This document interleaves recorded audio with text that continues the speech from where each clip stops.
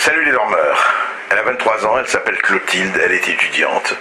Et elle voulait quitter l'Iran. Là, elle avait fini ses études là-bas, ses études en Iran. Et on l'arrête à l'aéroport et on la maintient en prison à Evin. À Evin, c'est une prison dans le nord de Téhéran. Et on sait que c'est une des plus dures du monde.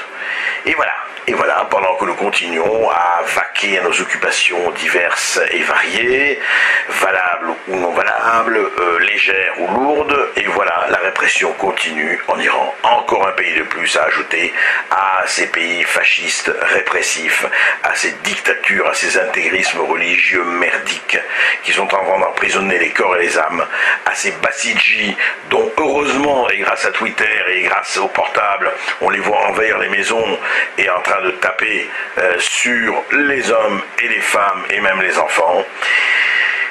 Alors voilà, on se dit qu'on a un peu marre de redire tout ça et on se dit que les photos ne changent rien et on se dit que toujours la même chose, toujours la même oppression.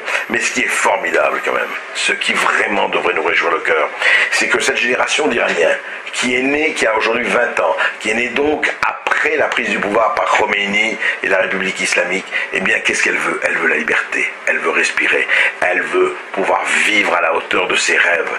Et une fois de plus, ces régimes de régression, ces régimes lamentables, eh bien ces régimes comme le régime iranien aujourd'hui, qui sont des étouffeurs, qui sont des espèces de mollacratie qui ne veut qu'une chose, c'est de s'auto-perpétuer.